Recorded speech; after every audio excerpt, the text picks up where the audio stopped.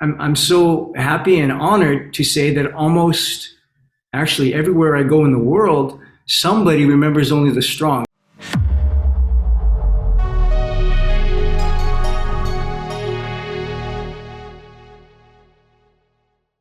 Hey guys, welcome to part 3 of my interview with Mark Dacascos. In this one, we're going to talk about the potential sequel and future for Only the Strong. Also, why Only the Strong is actually way more successful than a lot of people may realize.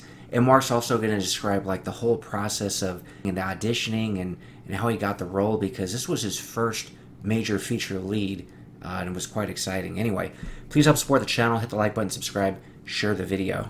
So the talk about the potential sequel, did you give any input yourself into say, hey, I think my character should be doing this now, or were these ideas from Louise and Sheldon just kind of like thrust on you, or did you kind of give any input? I think we should go in this direction, guys. So over the years, Louise and I, Mestre Amen, we've been talking about what we could do with it. The wonderful and late Samuel Adida, one of our original producers, he was very interested in doing something, and then he unfortunately passed away.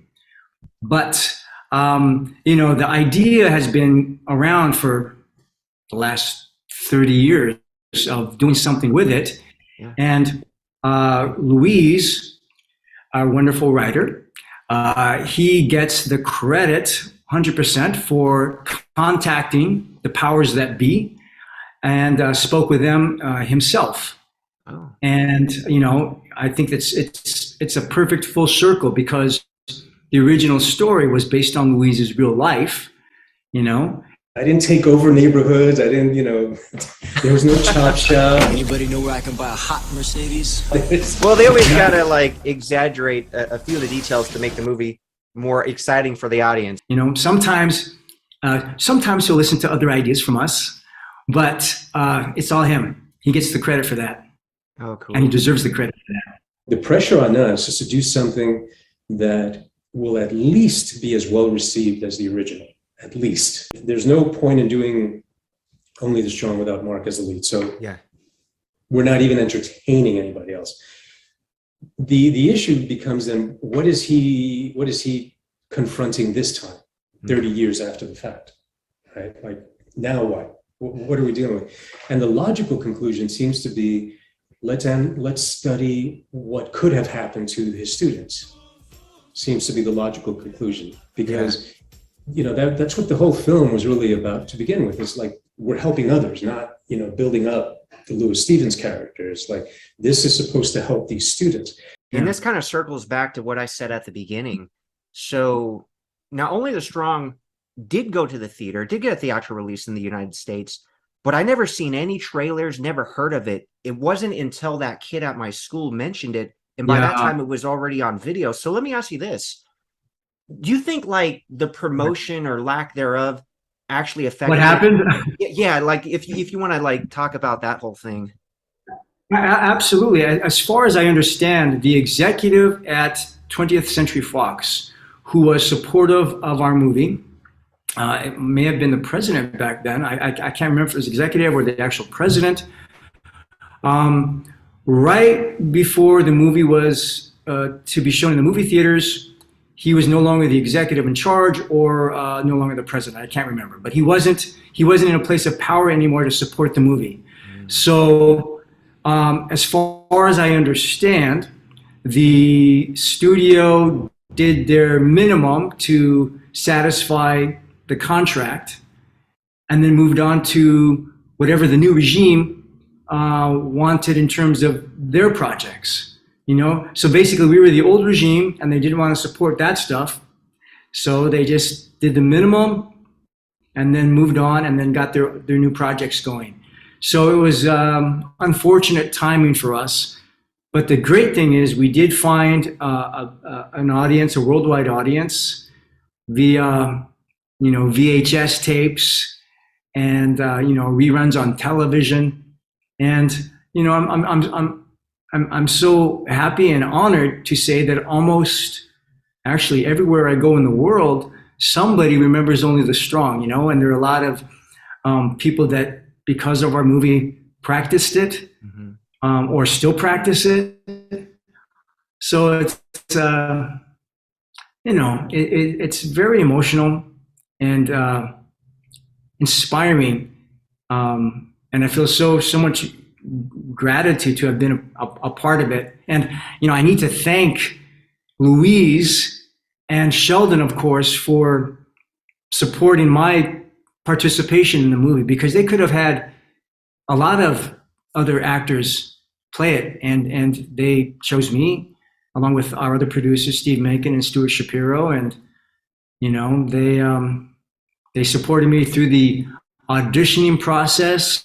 I had to go back in and do the audition at 20th Century Fox, and this was back when they had 35 millimeter cameras. So, Laura Albert, a good friend, and she's a very prolific, successful stunt woman. She read off camera for me for my lines, and Earl White, my good friend Steve Earl White, he did some of the capoeira with me, for my screen test. Even my good friend Joan Chen, the actress Joan Chen, came down to the studio and supported me, that day for going through the audition process. So, a lot of people involved, and of course, Mestra Amen Santo for teaching me anything I know about capoeira was learned by him. And yeah, it was a fantastic experience all the way around. All the actors and it was just wonderful. It was wonderful. Stacey Travis, Jeffrey Lewis, Richard Coco, Ryan Bowman, Todd Zussman. Yeah, you were surrounded by a lot of great acting talent. You were definitely surrounded by a lot of great. Yes.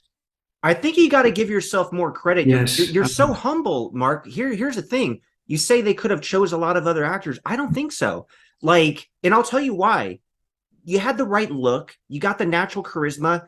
But on top of that, you said you only trained in capoeira for a year, but the way you move, you can't just get another actor. You could train them for 3 years. They're not going to move like you, and it's not going to sell the movie. So, everybody respects how humble you are, and that's a great quality. But I disagree in the part where you think they could have got a lot of other actors. I just don't see anybody else who could have played that movie, and if they did, not nearly the way you played it. Thank you, David. Thank you. But you do agree, though, in terms of being the producers and director and the writer, it was in their hands. They could have gone definitely so many different ways. So that's my point, is that they could have chosen a lot of other people. It was in their hands. So my gratitude to all those that got me there. Well, with Mark, there's really nobody else I could compare him to. He's a great-looking guy, great body, very experienced at the martial arts, but I think he's a serious actor. In a way, I think Only the Strong is actually way more successful than people might realize, and I'll tell you why. So if you just go strictly by the box office, it didn't quite perform the way it should have due to various factors and reasons. But there's a lot of movies. Yeah, David, I think it was less than a week. It was in the movie theaters with no, like you said, with no advertising. That's crazy. Again, I didn't even hear about it till it was on video.